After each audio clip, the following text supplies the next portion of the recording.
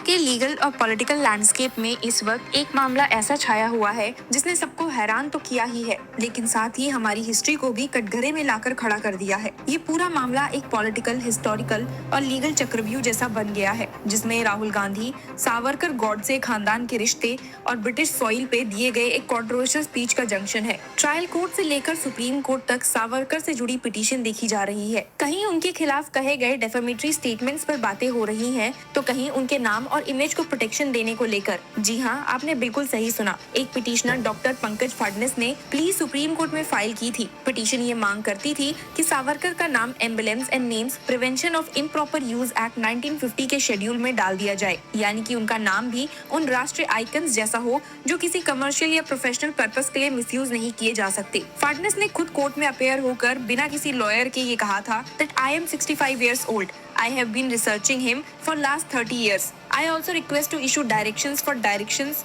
to Lok Sabha Speaker to include his name in schedule. Leader of opposition cannot impede my fundamental duties.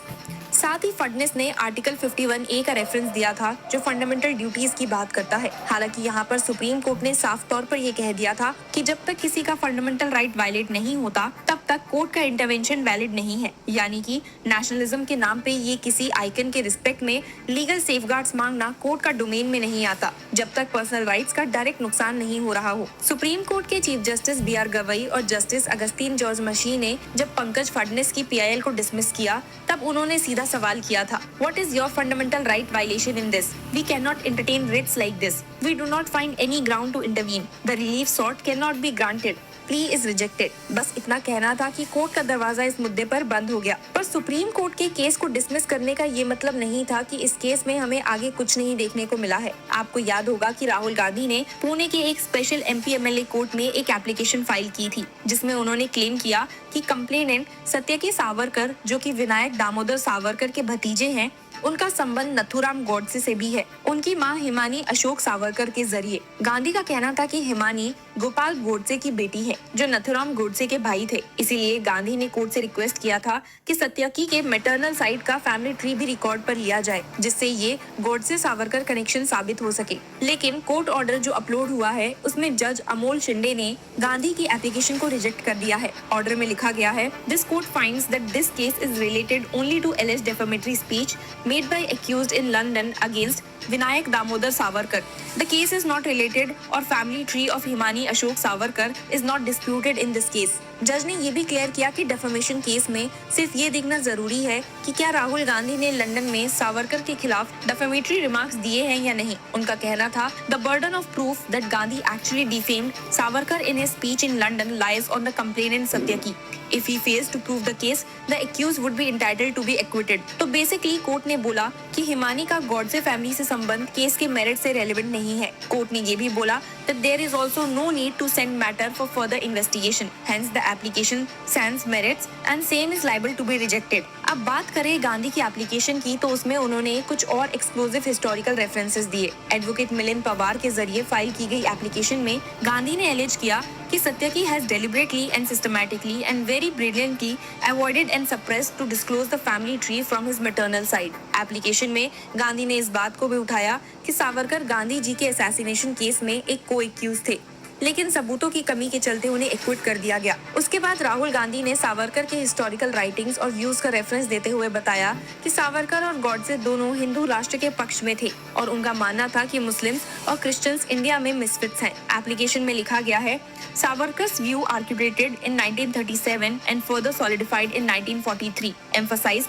the separation of the two communities and their distinct identities, a perspective that laid the groundwork for eventual partition of India. Rahul Gandhi ने सावरकर के jail के दिनों का भी जिक्र किया और बोला कि उनका एंटी मुस्लिम बायस उनकी राइटिंग्स में क्लियरली दिखाई देता है। एप्लीकेशन में हिस्टोरियंस का रेफरेंस देते हुए कहा गया है, Savarkar promoted anti-Muslim form of Hindu nationalism and saw Muslims in Indian police and military to be potential traitors.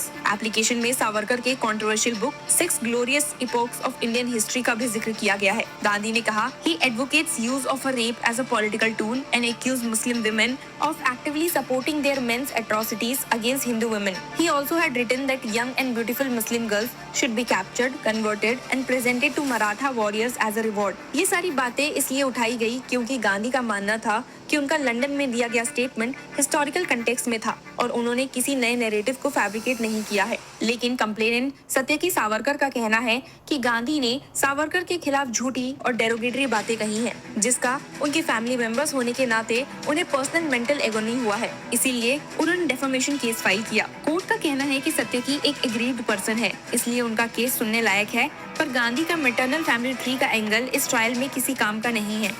ये केस अब एक ऐसे मोड़ पर आ चुका है जहां एक तरफ फ्रीडम ऑफ स्पीच का सवाल है तो दूसरी तरफ किसी हिस्टोरिकल आइकन की लेगेसी का मुद्दा। पर कोर्ट ने फिलहाल इतना जरूर कह दिया है कि गांधी का maternal family tree angle case के डिसीजंस में रेलेवेंट नहीं होगा। इस केस का आउटकम क्या होगा ये अब कंप्लेनेंट के प्रूफ पर डिपेंड करता है। पर इस पूरे एपिसोड ने एक बार फिर सावरकर गॉडसे गांधी ट्रायंगल को नेशनल स्पॉटलाइट में ला दिया है, जहां हिस्ट्री, पॉलिटिक्स और कोर्टरूम का ड्रामा फुल स्विंग में है। आपको क्या लगता है कि आगे केस में क्या हो सकता है? Share your views and keep following Law Chakra for more such news and legal updates. Thank you. Hello law lovers and justice seekers, welcome to law Chakra. हम आपके लिए लेकर आए हैं कुछ बहुत ही exclusive. Introducing law Chakra prime membership, जो आपको देगा exclusive access like never before. यानी कि फुल इनसाइडर एक्सेस मूवी बस घर बैठे। यही नहीं, प्राइम मेंबर को मिलेगा access to exclusive interview session with renowned जजेस, लीगल एक्सपर्ट्स एंड लॉयर। ऐसे इनसाइट्स जो आपको कहीं और नहीं मिले।